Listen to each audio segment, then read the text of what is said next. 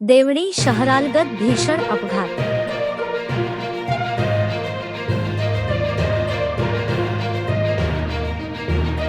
अपघातात एकाचा जागीच मृत्यू तर एक जण जखमी।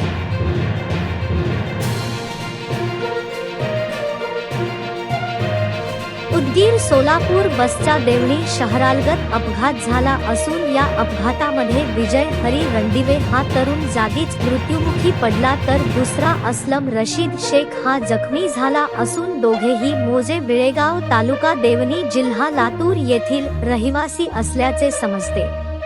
अपघात ठिकाणी देवणी पोलीस स्टेशनचे कर्मचारी धाव घेऊन जखमींना तातडीने ग्रामीण रुग्णालय येथे दाखल केले असल्याचे सूत्राकडून समजते।